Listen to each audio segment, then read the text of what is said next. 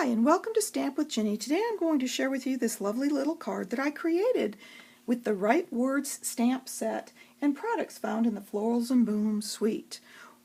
These products are some of our online exclusives that you can find in my store. So let me set this aside and I'll show you how to get started. I'm going to start with my stamping for this project, and so I'm going to bring in the You're So Kind.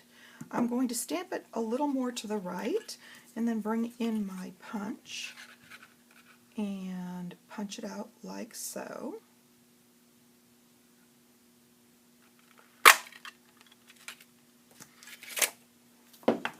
And once I've got my shape punched out, I'm going to use my floral stamp here and add it. So I'm going to bring in my petunia pop. I'm going to stamp it off once so it's a little softer and stamp.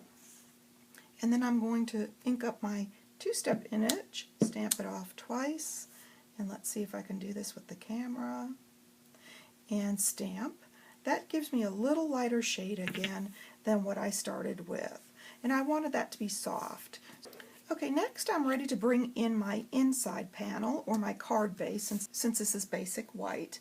I'm going to bring in my sentiment, ink it up, and stamp it right at the front there. And then I'm going to bring in the floral image. I'm going to ink it up, stamp, bring in the second image, stamp off, and stamp. And then I just need the stem of my flower.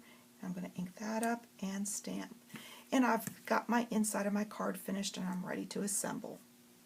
Okay, to assemble I'm going to fold on my score line, and I've got to be careful here, I have some ink on my finger. There we go, I got rid of that, and I'm going to burnish. I'm going to bring in my petunia pop panel here, and I am going to adhere that down right on the bottom here,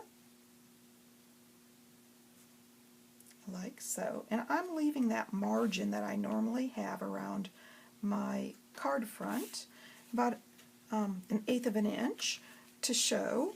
And then I'm going to bring in this beautiful floral pattern, but first I'm going to adhere it to this 1/2 inch strip, so I'm going to flip it over and add a little bit of adhesive. I don't need a lot because I'm just basically tacking it in place, and then when I adhere it to the card front I can add more.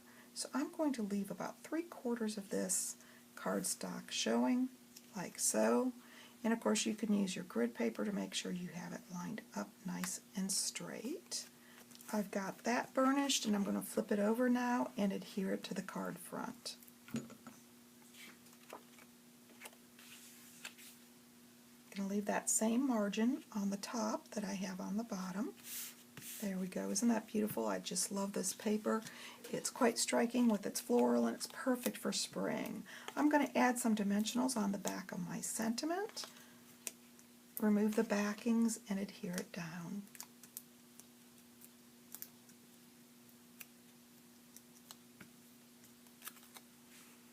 Going to place that right here on the bottom on the right hand side. And then I'm going to bring in these beautiful strawberry slush pretty pink gems.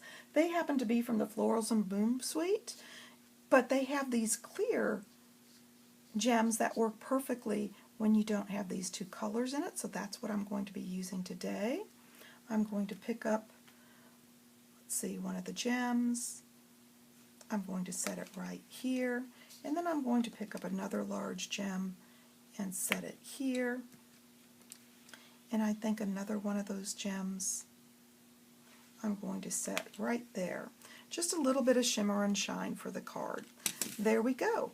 A quick and easy card using the Right Words stamp set and the products from the Florals and Bundle suite. These products are found in the online exclusive category, and of course if you'd like any of these products you can shop in my online store by going to my blog, Stamp with Jini. Thanks for joining me.